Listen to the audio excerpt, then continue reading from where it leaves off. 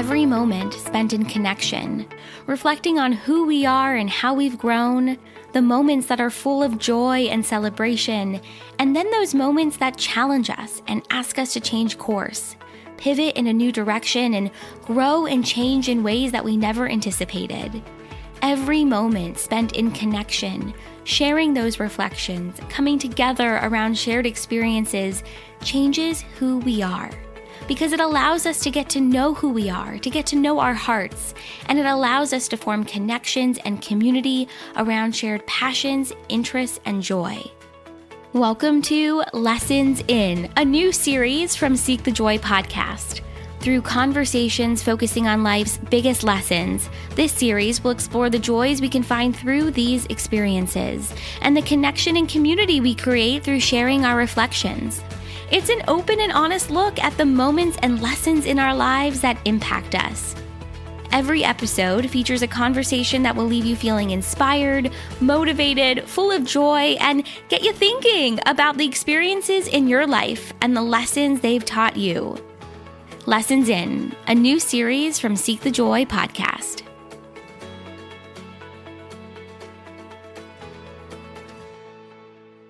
Welcome back to Lessons In. I'm so excited to share with you guys the third episode in this new series.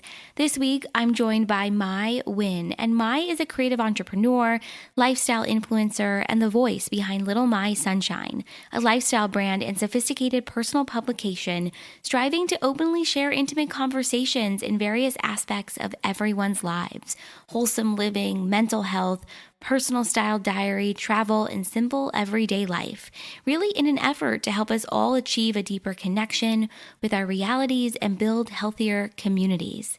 Mai joins me this week to share a lesson that she's learned about boundaries when it comes to cultivating healthier relationships and communities both on and offline, and her focus really on cultivating a healthier community on digital media. She shares the growth that came from this experience and the joy that she's found. Her reflections, honesty, and vulnerability will leave you feeling inspired, but also remind you that you can really control the media that you consume and the way that it makes you feel. To learn more about Mai, this week's new episode, and the Lessons In series, head on over to our website, seekthejoypodcast.com. Everything is right there. Without further ado, let's dive into this week's new episode, Lessons in Boundaries with Mai Nguyen.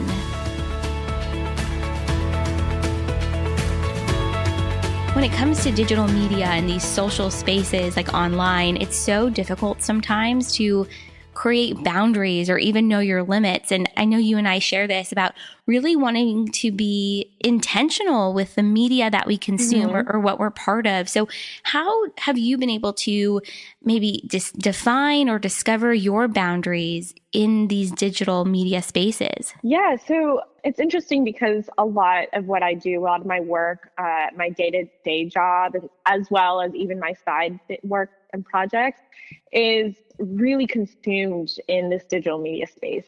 It's not that like I am boggled down by it. It's not like I don't have an escape if I wanted to, but I think I realized that my work is meant for digital media. What I do care about is like this online network and community, but at the same time, how do we create this balance for ourselves in our personal lives and what we are consuming on digital media? And for a very long time, I realized, I just have accepted the fact that there's not really a time where I can really get off of it. I know that people do social media detoxes or just kind of like just cut themselves off just to limit themselves, which I totally am about. And I guess it works for a lot of people. But for me, like I've tried and it just actually kind of cut me off from certain opportunities that I felt was actually benefiting me rather than really, feeling like I'm taking away these sort of detriments.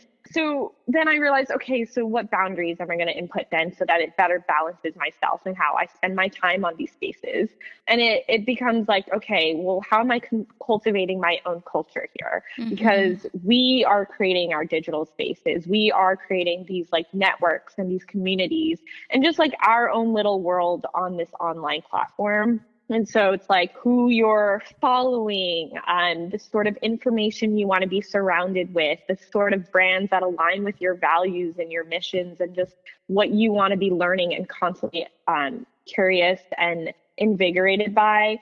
And it's just as much as like the way you surround yourself in the people and your projects and hobbies and passions.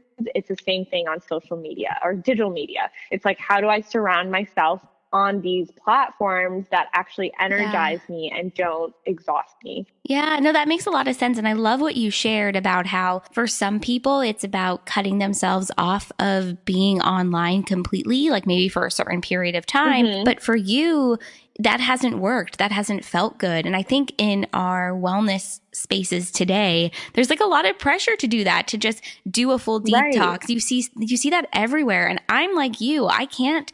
And I don't want to fully cut myself off. And what's been so important for me is to figure out what my limits are and my own boundaries so that I love what you said, like you cultivate your own culture online by choosing what you surround yourself with, who you follow. It's really about freedom of choice. It really is. And I think it's also this sort of like nuanced concept that we haven't fully embellished on, because it's like, wait, I can create what I want in these cultures for myself. Like I'm creating my personal culture on this very like invisible online network, you know? And I think that's sort of like this freedom that we didn't have before digital media existed. And so now we're using this to kind of flex our decision and our choices that benefit us, rather than having to be forced into choices that were given to us. Yeah. Is how I see it. Yeah, that makes a lot of sense. And you touched on that your work and what you do, your passion projects, it's all in this digital media space. And so is there a moment or an experience, or was there a time within the work that you do that you realized, like, I've got to create boundaries that feel good to me? Yeah, I think what comes to mind is when I first started out as, I guess, influencer. I was more in the fashion world. I was very heavily involved with fashion bloggers, especially in New York, like just really getting to know this whole world as social media was starting to pop off and become this huge space. And as influencers are growing and building up their own communities. And, you know, you want to be part of that momentum. You want to be part of that adrenaline rush and just be part of the conversation and meet these people and get to know them. And the more and more I got into it, the more I realized that it was actually just making me feel worse about myself. Because it becomes this like rat race of like who can gain the most following, like who can meet the cool, popular kids of social media. Like it became that sort of like almost like the high school dynamic that we all follows you like everywhere, and it even follows you online, which no one talks about. No one talks enough about. Exactly. And that's the thing, is that it's been such a new space, or a modern space, that no one's really understood that this is very much like a reflection of what we've dealt with in our past, and just coming up into a modern age of like the internet. So I think at one point I realized, like, you know, I'm not feeling very good about myself. And what does that mean for me? Why is it that I feel certain things? And so I started, you know, stalking my own reactions. Like, how did someone's post make me feel about myself? Was it invigorating, or was it making me feel exhausted or drained, or just comparing myself in this like spiral of like imposter syndrome? And so from there, it was like, you know what, let me slowly pick out things that I'm not comfortable with and not making me feel good about myself, and then turn that around. How do I shift that and segue more into people and spaces and conversations that make me feel like I can be my truest self without feeling like I have to fit in or mold in a certain way? In some way or another, we're all on that path and like all on that journey of figuring out what that feels for us, because it's so individual and it's so unique, especially when you want to branch out from just having like an Instagram or just having a TikTok, but also wanting then to create content that is going to touch a wider audience and have an impact and allow your voice to be heard and shared, I think, in a more profound way. And there's so many people out there, but it's about remembering that what you have to share is unique and special and true to you. But not allowing yourself to get caught in that comparison trap. And then imposter syndrome, like, always follows knows? Like immediately after, like, who am I? Who am I to like Yes. be sharing my voice? Does anybody care? Will anybody Right. listen? Exactly. Exactly. And I think when social media just became like this huge thing, everyone's just trying to reach as much of an audience as possible, right? Like Yeah. it was like, how do I tap into the widest set of people and just like diversify myself as much as possible because that's how I'm going to get scale here. And then realizing that, well, is that the best way to go about that? Is that the best way to spread myself thin, or do I want to hone in on things that I actually care about Yeah. and get to know those people on a deeper level versus a very surface level? And so, yeah, like I am very much about tapping into the niche communities that are more about your passion points and things that you truly are trying to align with yourself. And because from that, like we can kind of be each other's support. We can be each other's like rock or support system in a space where we don't have to fully meet each other face to face, or we don't have to Yeah. fully be working in the same area of work or industries, but we care about the same things. And this is how we can like grow and learn further into this like digital media space. Yeah, finding your people, finding your space, who you Yes. connect with, what you connect with.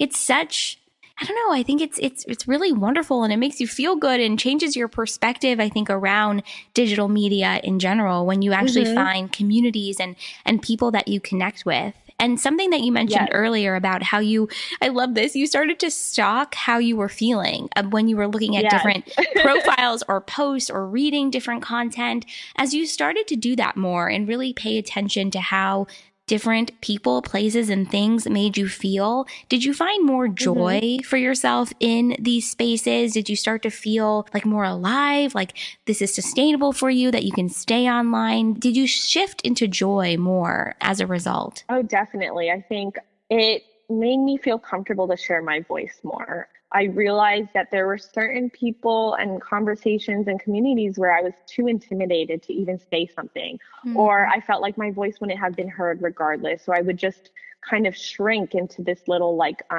not saying anything, just kind of this invisibility on this space or within this digital space. And I didn't like that because we spend so much time in these on our phones and on the computer, and we already kind of miss that sort of human interaction. So to be able to even feel like I have to shrink even more here didn't feel good. So I think like as I shifted the sort of cultures that I wanted to be a part of, as I felt more comfortable saying things that I cared about, saying things that really meant something to me that was significant for what I aligned with, and not feeling like I had to be judged or not feeling like I wasn't allowed to say something, but just because we're all the same at the end of the day, just sharing something that we care about really gave me this new kind of energy, I think, that I really loved. Like, it was like, wow, there's a whole other beast within me that I even haven't been able to awaken because I felt like I had to hide parts of myself around certain conversations or communities. And so the more I opened myself up, the more I learned about other people and but even more just learned about myself. And I think that's like the best part of it at the end of the day is like for me to find joy in an area where it can get very detrimental. It can get very, boggled down on your self-worth, really gives me some new kind of liberation, I think. And I really loved that. Like I love learning about myself through a new avenue. Yeah, I love what you just shared about how you were able to nourish what was important to you and you allowed yourself to expand and empower yourself, as opposed to shrinking into a space that maybe you weren't even supposed to fit into to begin with. And I think that's the beauty of social media is it allows you to empower yourself, to grow, to challenge yourself, to share your truth and your honesty and your vulnerability. And that's something that you've definitely done. Yeah, I'm learning so much more about who I am, and like just at first I was so scared. I was like, oh, I can't believe I'm just sharing my vulnerabilities like this out loud to like people from all over and just people I've never even met or even just friends that like don't get to hear this side of me a lot of times in everyday conversation. And so at first it was really scary. But the more I did that, the more, I got such great feedback. I got so many great responses. People were like, you know what, I've thought about this for so long, but for you to just even put words to it is really nice and refreshing for people that like we're all feeling it at some capacity. I realize that that's the kind of voice I want to have. That's the kind of community I want to cultivate for myself on this platform. We are all looking for newer ways to nourish ourselves and to better ourselves. And I think, again, at the very foundational human level, we have vulnerabilities, we have insecurities, and I think we all can kind of connect in that way. And so without having to be face to face all the time, but also use these new like modern forms of communication, we can really use it to our advantage so that we're helping each other out. Yeah, I completely agree with everything that you shared. And it's such a transformational journey when you are more vulnerable and you can see how it resonates with someone else. I think in ways like that you never anticipate. What has surprised you the most about this journey with social media or this journey being in digital spaces and cultivating a healthier community for yourself? And yeah, what has surprised you the most about this journey? I guess I learned a lot more about what I cared about and what I loved, which again, like I wouldn't have understood had I not been exposed to people or conversations or these like communities or just anything really. But as I shifted to try to really hone in and be intentional with how do I cater to my well-being a little more, and then I realized there was just so many other people just like me and we're kind of just all navigating this space together, it really kind of gave me a new lens, and just from learning on these online communities, it kind of gave me a new lens with just my reality too. Like as I'm being in touch with my ground and my surroundings, it gives me a new perspective that is really great, to be honest. And also just like the connections that we make. I mean, for me to meet you through this avenue is just great too. And to be able to say like, look, we care about the same things. Like, let's talk about it. Like, let's have that conversation. And it's become such a great joy, really, just to find new people that doesn't necessarily have to be within the same circumstance, but I just like, I loved that it opens up new ways to understand other people